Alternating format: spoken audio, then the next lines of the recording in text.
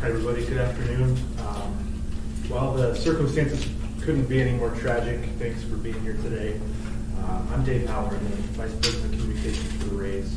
I think you know most of this group here, but Brendan Porter on the end is the COO of the Biscuits. Mike Murphy on this end is the GM of the Biscuits. We also have Ryan Thompson, the pitcher, Morgan Ensberg in the middle, the manager, and R.C. Lichtenstein, the pitching coach. Just the purpose of this gathering here, just to kind of clarify everything. It's not the place to cover details of the incident, but we will do our best to answer any questions that you may have. We do want to express our support for the Bivens family and talk about how the team is dealing with this tragedy right now. After today, we do ask, out of respect for the privacy of Blake, his family, and his teammates, that there be no further questions about this matter as the team attempts to return to what's left of the baseball season and regain some sense of normalcy. I'm going to turn it over now to Mike, who has wanted to say a few things before we get into Q&A. Thanks. Thank you all for being here this afternoon. Earlier this week, Biscuits pitcher Blake Bivens experienced a terrible family tragedy in Southern Virginia. As we continue to grieve with Blake, we want to thank our community for the tremendous outpouring of support that you have given to the Bivens, Rays, and Biscuits families during this extremely difficult time. We would like to also thank our local media partners for your respect of the privacy of the Bivens family as the news was being revealed. Finally, thank you to the Southern League offices and the Chattanooga Lookouts for their understanding and cooperation on Tuesday as we learned of these tragedies and as we move forward this week. Please join us as we continue to keep Blake, Emily, Cullen, Joan, the Bivens and Bernard families in our hearts. Thank you. So at this time, we'll begin to take questions. I guess right now, what are you guys doing to comfort Blake and his family during this difficult time? Well, I think right now we have Vince Lodato, who helps us in that area with the Rays. There's been a lot of support. We're kind of circled the wagons, as you can imagine. This is a terrible time for us, and we also understand that a lot of the players, and ourselves included, we don't know how to handle these type of situations, right? I know that I've gone through bouts of crying. I've gone through bouts of just not understanding, but luckily we do have a lot of support here. We have local people that are also coming in to make sure that our players and our staff are okay. Right now my answer would be we don't know what we're doing, in the sense of we're trying to handle these things as best we can. This is something that you don't prepare for, and we know that whatever emotion we're feeling at the time is an appropriate emotion. Can you just tell us a little bit about Blake, what kind of a teammate he is, what kind of a person he is? Blake's an amazing man. And Blake's an incredible teammate. He's an incredible friend. He's very professional on the field. He never lets the game get in the way of who he is as a human being. He's such a great guy, and something like this couldn't happen to a better human being. And I just wanted to say that we are so thankful for all the people who have shown him their love in this time. And like Morgan said, it's really hard for us to know how to comfort him. And nothing apart from God can ease his pain at this time. But all the people who are praying for him, all the people who are giving him money in the GoFundMe, all the people who are sending him messages, all the people that's not just the Biscuits, not just the baseball community, but just everybody in this country. It's really, really incredible, and we want to say thank you for that. RC, do you want to say about, RC's the pitching coach, so from the staff, he was around him the most. Yeah, having been around Blake all this year and for a month or two last year, just watching this kid, the way he responded to the ups and downs that is pro baseball, his work ethic, and the way he went about his business showed him to be a class human being, as professional as they come on and off the field.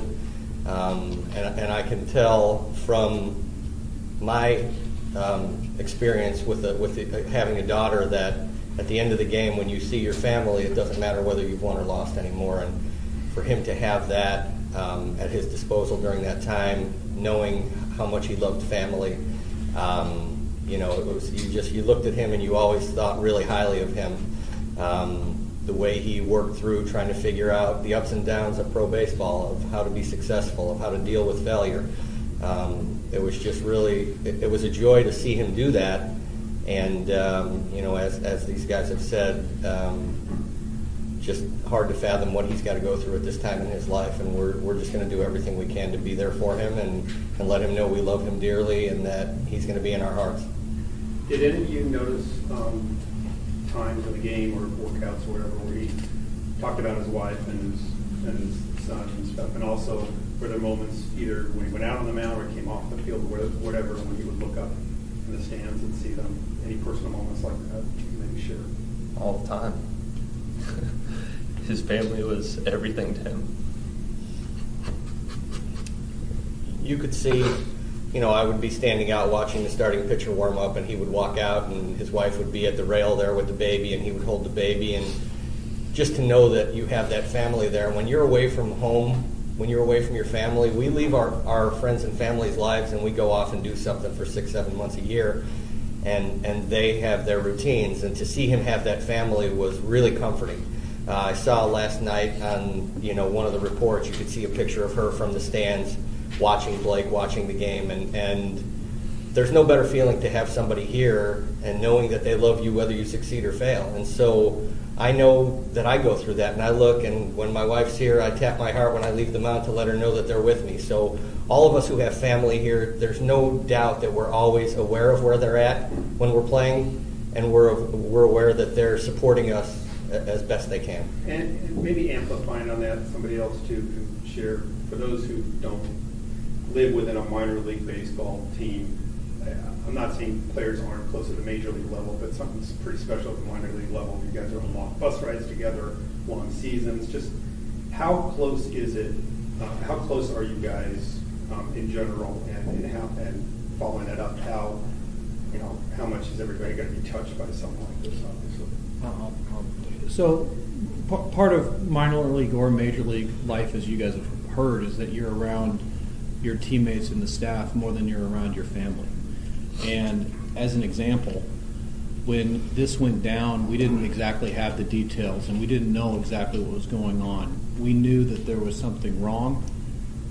Ian Gardick is one of our pitchers who had called me, and we were at the hotel at Chattanooga, and he said, "I think you need to come down here, something's wrong." So I rushed down there, and I'll never forget his face. It was one of scare. He was nervous. He didn't know what was going on. He couldn't get in contact with his family, and so we knew something was obviously wrong. We immediately called the Rays, MLB security, and we got him on a flight, still not knowing exactly what was happening. And literally 3 minutes after he left to get in the car to go to the airport, we found out more about some more of the details, and immediately I basically jumped in a car and went to the airport, stopped obviously everything, and went to help get him home because we knew that something was really bad. The reason why I say that story is because there was no baseball involved in it. We weren't thinking about baseball, right? We weren't thinking about baseball at all. We knew that one of us was hurting and was in a bad situation, and we immediately circled the wagons and went and helped him. So that's what it's like. I know, I think you said you were at the hotel at the time. About what time was this? It was like 9 a.m. And I imagine all of this has put the game in perspective for all of you, because I assume you've been around the game for the last 10 to 15 years or so. Does this put the game in perspective? Nobody's thinking about baseball. And today we will go out, and this is not a situation where Blake would want us to play, meaning this isn't one of those speeches where, hey, go out there and really give it to the opponent. That's not this. I mean, this is a reminder that we all have family and we all have loved ones, and that in split seconds, your life could be completely upended. There's not a single person in there thinking about baseball. There's not a single person up here thinking about baseball. The only part about baseball that we're so thankful for is that we're together. and that we do at least have a support system within this area. But nobody's thinking about baseball. I have no idea what we're going to do in 5 minutes. And when the 5 minutes comes up, we'll figure out what we need to do there. Well, just to speak to that too, I know you guys obviously canceled the games that day, and you had the well-timed day off yesterday. Was there any discussion among coaches, manager, players in terms of what do you want to do from this point forward? Was there ever thought about not playing today? I'm just curious what goes into stuff like that. So I was in Virginia. I went with Blake home. So I'm sorry, you flew there with him? Or I went from the hotel in Chattanooga and escorted him home along with Vince Lodato and Jim from MLB Security. Once we landed in Greensboro, it was another hour and a half north. So I was with him every single second. The minute we found out exactly something was bad, so I didn't get back until the afternoon of yesterday. But in terms of canceling the game, not canceling the game, truthfully, we're not even thinking about it. There happens to be a game, we'll end up playing it, but I don't think that you sit there and say, yes, we should cancel the season or not cancel the season. We simply haven't had time to even consider that. We're simply looking on the schedule and there happened to be a game. We haven't gone, I haven't even thought of it. Obviously the minute we found out that there were terrible details, I talked to Jeff McLaren and said we need to cancel these games if we can. We can't. We need to cancel. And that was on the way to the airport in Chattanooga. And to add to that, for me, you talk about yesterday being a well-timed day off. I don't think it was a good day off. I think it was a good day off from baseball. I think that as I'm sitting at my apartment alone, my family back home, and thinking about the events of the previous day, is I wish I was around the team. I wish I was around the clubhouse to be able to have other people going through what we're going through, to be able to lean on. When I saw the faces today, that's how it is. And no matter how we respond, what baseball does for us today is it gives us a chance to get our minds off this for a few hours. How guys respond, you've got 30 guys in that clubhouse or so. How we respond and how we play is irrelevant.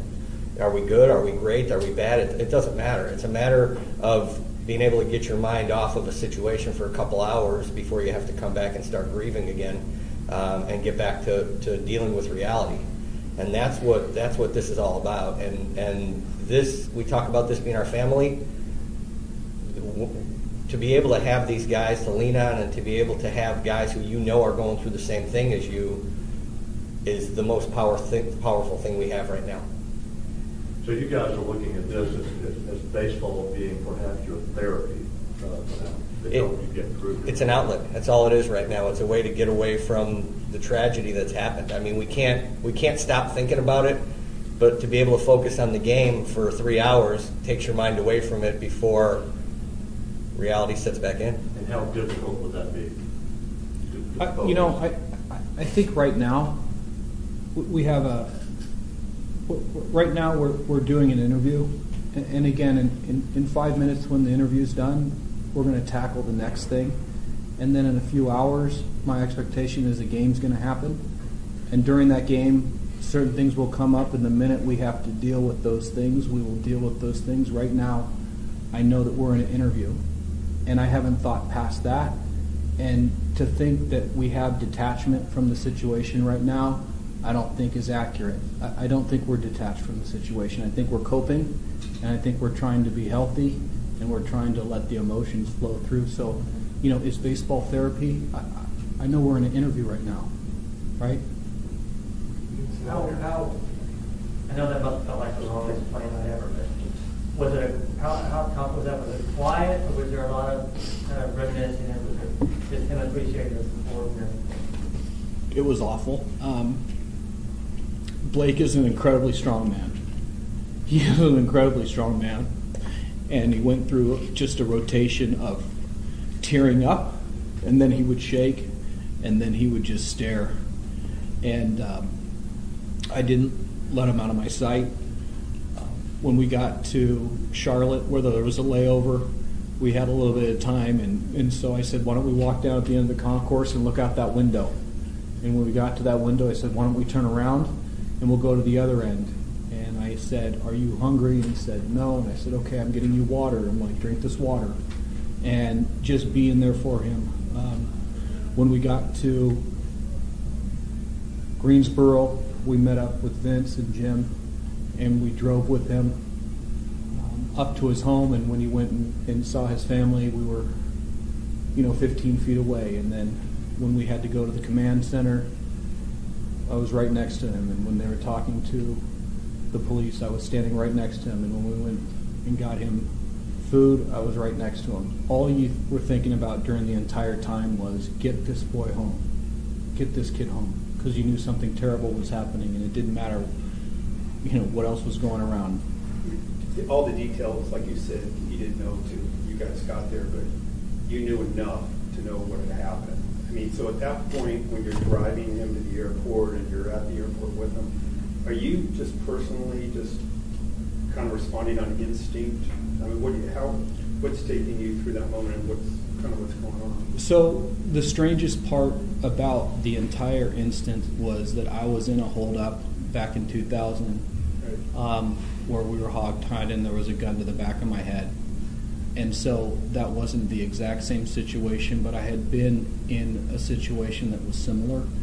And so I understood through therapy after that how this all plays out. And when we were going through this, even though I had an understanding of what was going on, my job right there was to sit right next to him, to rub his back, to open up the water bottle, to give him water, to make sure we got on the plane and get him home. There was no other thinking. I sat there right next to him and didn't think anything except for make sure this boy gets home. And I understand that completely. Those of us who have been through trauma, you almost have to go through it to understand sort of what you have to do next, right? In terms of how you now help this person, and you. So in that respect, your trauma did help you deal with that situation, correct? Would that be accurate?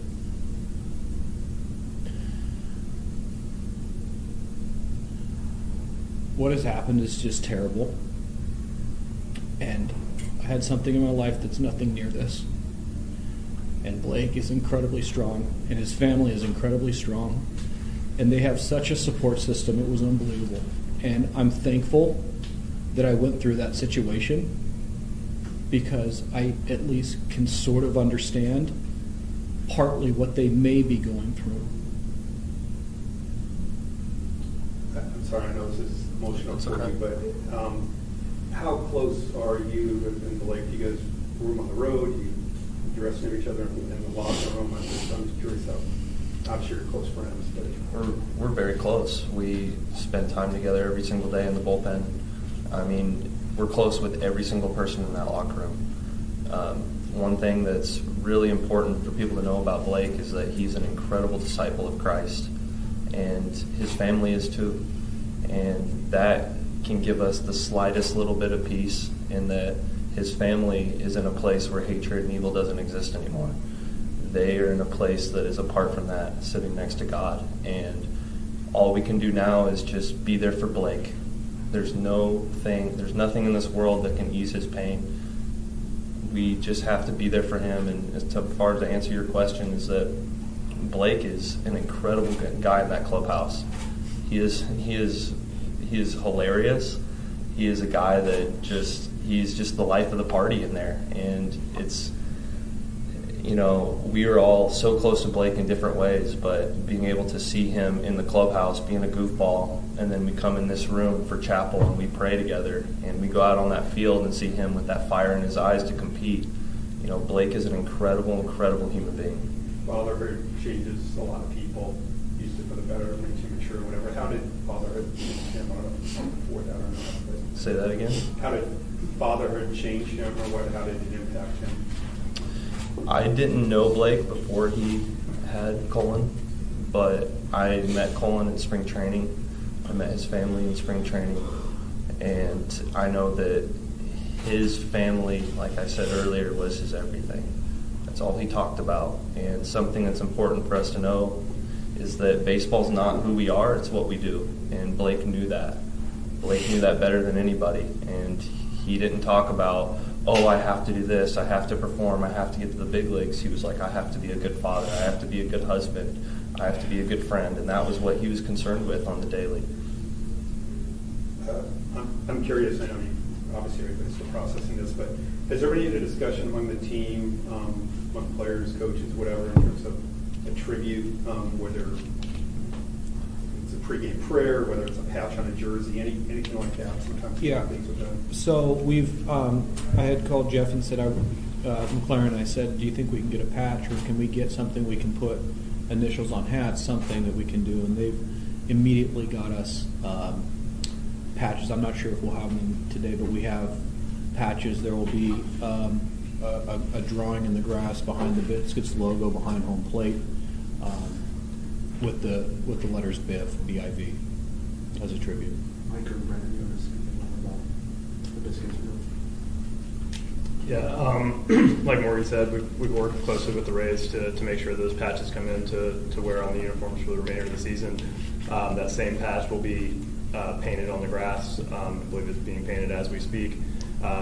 We will have a moment of silence prior to the game tonight. I know the Rays will have a moment of silence tomorrow with their first home game back in Tropicana Field. And actually tomorrow we are had already planned to have a jersey auction to benefit the River Region United Way, and they have been so gracious to donate that money back to the Bivens family and to Blake. It's also, I'll add one more thing. There's still figuring out all the logistics, but it's really important to the organization that players and staff who feel they should be there for the services on Saturday have the ability to do that. So there's a lot of logistics. I'm just kind of taking this one day, 1 hour at a time, but we're working through that as well. And that'll be up in Virginia, I assume. Correct. I have details on those that I can share afterwards. And I'm sorry if you said this earlier, but any service that, the Rays organization or the Biscuits in terms of therapy or whatever, any players or coaches need to talk to somebody, is that being made available? Yes. Yeah. We have a lot of that, and they're all here. They immediately flew and got here immediately. And then we're also having local contacts that they know. It's kind of a web, so that everybody, we've circled the wagons here. Any other questions? All right. Thanks again. Thank you guys for Thanks, guys. Thank you so very much. Yeah. You're welcome.